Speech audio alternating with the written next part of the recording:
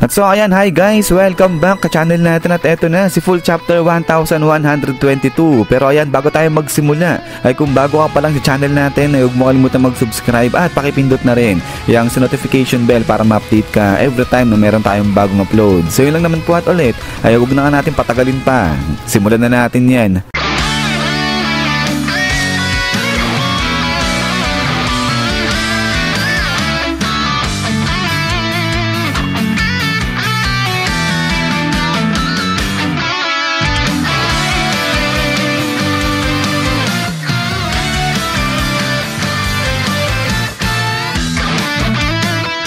At so dito ngayon magsisimula sa broadcasting ni Dr. Vegapunk dahil yung ibang citizen natin natatakot sila at ang sabi nga nila dito na ibig sabihin yung kanilang bansa lulubog. So referring yan dun sa sinabi ni Dr. Vegapunk na di ba nga lulubog yung buong mundo kasi nga tataas yung tubig. Pero sa kabilang banda ay dito sa side ng mga pirata natin tuwan-tuwa sila kasi nga sabi nila ibig sabihin yung treasure na One Piece totoo yan kasi nga kinonfirm na ni Dr. Vegapunk. So kaya yan nagwawala itong mga pirata natin. At ang dagdag nila, ngayon, yung mga pirata na, yung magro-rule sa buong mundo. So, ang kulit lang magkaiba ng pagkaka-receive o ng pagkakatanggap din sa mensahe.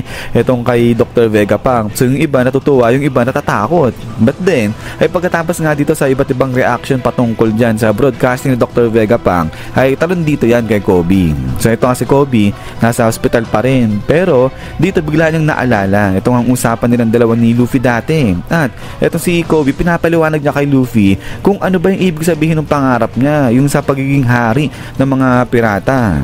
But then, ay dito na sabi ngayon ni Kobe na talagang pipigilan niya itong si Luffy sa pag-abot dyan sa pangarap niya. Pero ayan pagkatapos dito sa iniisip ni Kobe, ay talo naman dito yan sa may Cross Guild dahil chin-cheer na nga dyan etong si Buggy. Pero salita na etong si Buggy at ang sabi niya nga dyan na tumigil nga etong mga to sa kakasabi nilang my world. Kasi iniisip ng mga bata ni Buggy na mapapasakan niya itong buong mundo. Pero eto nga biglang banat si Buggy. Sabi niya nga dyan, hindi ko yan my world, kung hindi mundo natin, sabi niyang ganyan. So kaya naman dito biglang sigawan na itong mga bata ni Buggy, tuwan-tuwa sila. Sabi nga nila talagang susunod sila dyan kay Buggy kahit anong mangyari, kahit nga raw sa impyerno susundan nila yan si Buggy. So grabe, ang lupit talaga ng leadership neto ni Buggy. Pero eto nga sa kabilang banda, sabi ni Crocodile hatong bigil nga etong si Buggy at umupo nga siya dyan sa may loob nga nung tent nila. So ayan medyo makulit lang dito sa side nila Buggy. Pero pagkatapos nga dito sa may Cross Guild ay talo naman dito yan sa side nila Devon. At eto nga kasama niya si Van Ogre, naglalag na sila papunta sa may Pirate Island. Pero dito kausap na nga ni Devon etong si Blackbeard. So patungkol naman yan dito kay Caribou. At ang sabi ngayon ni Devon, paano ba kung gusto ni Blackbeard papatayin niya na etong si Caribou dyan. So grabe. Pero eto nga sagot si Blackbeard, sabi niya nga dyan na hindi, wag muna nilang patayin yan at ang gawin nila, dalhin itong si Caribou dyan kay Blackbeard at kapag hindi ganong importante o valuable itong infong sasabihin ni Caribou sa kanila ay sa kanilang nila patayin yan. So grabe, parang wala lang yung buhay dito ni Caribou. But then ay pagkatapos nga dito sa usap ni Devon sa kanga ni Blackbeard ay talo na nga dito yan sa pag-atake bigla ni Warcury dyan na kay Emmet. So tuloy ulit sa bakbakan itong ang sila Emmet at saka etong sila Warcury dyan. Pero dahil nga sa atake ni Warcury dito kay Emmet ay dito na nga ngayon bilang tumumba etong ang snail na to yung nagpapalabas ng sa broadcasting ni Dr. Vegapunk. At ngayon biglang natigil na-stop na ng tuluyan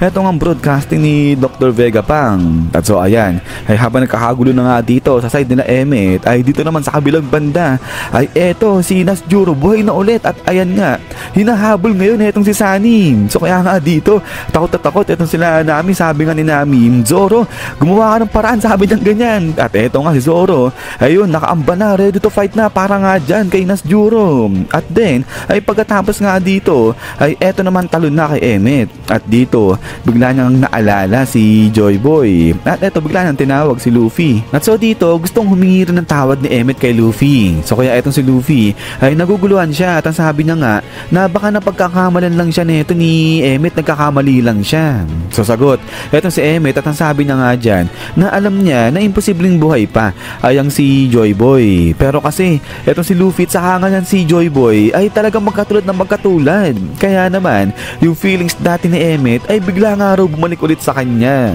Pero tuloy pa ngayon ni Emmet na nag-failed nga raw siya para gawing hari ay ang si Joy Boy. So kaya dito ay nahihiwagaan at si Luffy sa mga sinasabi sa kanya nito ni Emmet. Pero ito nga, habang kinakausap ni Emmet etong si Luffy ay dito naman sa kabilang banda, etong tatlo, si Valkyrie, si Saint Venus saka nga etong si Saint Jupiter ay tumalon na papunta dito sa Elbaf na nga na to at pati na rin dun sa kay Sunny na malapit na nga rin lumapag. So grabe, parang dadambahin na nila etong mga barko na to. Pero dito na nga biglang tinanong ni Emmet etong si Luffy, sabi niya nga dyan, teka lang, anong pangalan mo? So sagot si Luffy, sabi niya nga dyan, siya si Monkey D. Luffy, ang magiging hari ng mga pirata, sabi niya nga ganyan. But then pagkakarinig nga ni Emmet dyan sa D sa pangalan ni Luffy ay dito nga bigla nang hinatak, bigla nang inantay ni Emmet etong nakataling ang rope dyan sa may katawan niya. So kaya naman pagkatapos niyan is BAM! So dito labasan na etong mga itim na kidlat nga dyan sa katawan ni Emmet at dito bagsakan ngayon etong mga marines. So dito nagulat etong si Luffy, sabi niya nga dyan, teka lang, Conqueror's Haki, sabi niya ganyan. At then pagkatapos nga nito is BAM! So dito nga labasan na itong mga higante o malalaking itim na kidlat dyan sa buong isla ng Egghead. At after nga nito is boom! So dito pati etong mga elders natin ay ayan, naapektuhan na nga rin at tanggal ngayon itong kanilang demon form. So balik sa pagiging tao etong mga elders natin at ngayon na blown away nga sila. Papunta na nga dito ngayon pabalik sa may Marijoa. So grabe ang lupit ng Conqueror's Haki nga nito na ginamit ni Emmet. Pero ayun, si Saint Mars nauna na at ayan nga nakaupo si Eating Pretty dyan na sa may Marijoa. Pero eto nga kita, hapong-hapo etong mga to, itong tatlo. So etong si Saint Jupiter parang gusto nang lumuhod din. Pero yun nga, biglang balik na dito ngayon sa may Marijoa etong mga elders natin at hindi nga kasama dyan etong si Saint Saturn. But then pagkatapos nga dito ay dito naman sa kabilang banda sa may Flower Garden, ayun na bigla nang napalood dyan itong si Imo Sama at nagsisigaw na nga siya, nag-i-scream na nga siya. At eto, ang sabi niya nga dyan, Joy Boy, sabi niya ganyan. So nanggigigil itong si Imo Sama dyan kay Joy Boy. But then pagkatapos dito sa side ni Imo Sama ay talo na nga dito yan pabalik na kay Emmet. At eto nga, ayun, bagsak na rin etong si Emmet at ayan, nakatayo sa harapan niya etong si Saint Saturn ngayon. So ito, walang kibuan dyan etong dalawa. Pero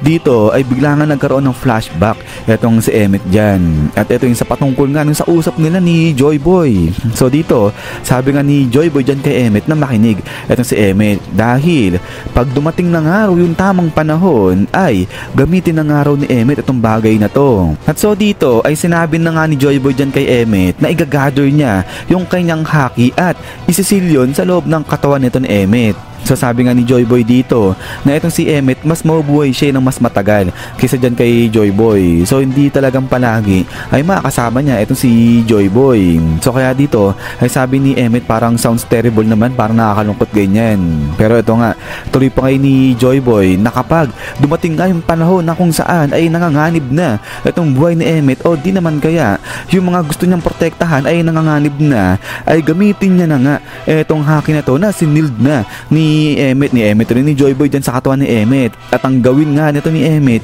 iantay niya nga lang daw yung rope na nga na nakalagay dyan sa may katawan niya. So ibig sabihin dyan nga yung paraan kung paano sinil ni Joy Boy yung kanyang haki sa katawan nito ni Emmet. So dito sagot etong si Emmet, sabi na nga dyan, so ibig sabihin kapag nangangailangan na ako ng tulong ay tutulungan mo ko ulit, sabi ng ganyan dito kay Joy Boy. At eto sagot etong si Joy Boy, sabi na nga dyan, oo, ganoon na nga katulad nung ginagawa niya nung sa mga nakaraan na lagi niya nga tinutulungan etong si Emmet. So kaya nga dito natuwa etong si Emmet, sabi niya nga dyan na ayos dahil nga dyan ay parang laging kasama niya na nga rin ay ang si Joy Boy. At so pagkatapos niyan ay dito bagsak na nga ngayon dyan etong si Emmett. So tuluyan nang nawala etong ang power o enerhiya dyan ni Emmett. But then ay dito sa kabilang banda ay eto nga lapag na rin dyan sa may karagatan etong sila Sunny sa wakas. At eto ay biglang magkasama na sila nga ngayon dyan ng Elbaf ship. So ayan, magkakasama na etong sila Luffy at saka nga etong sila Zoro. At alis na ngayon sila dyan sa may Egghead Island. At din ay pagkatapos niyan is yan guys. So hanggang dito lang itong full chapter 1122 natin. At so ayan, ang lupet, ang ganda rin na itong chapter na nga na to. Pero ayan, kung meron kayong mga reaction o mga comment patungkol dito ay pwede nyo i-share yan dyan sa may baba. So yun na naman guys, at ulit ay maraming salamat nga sa panonood dito kay One Piece natin. So lagi mag-ingat, God bless nyo lahat at kita-kits tayo ulit.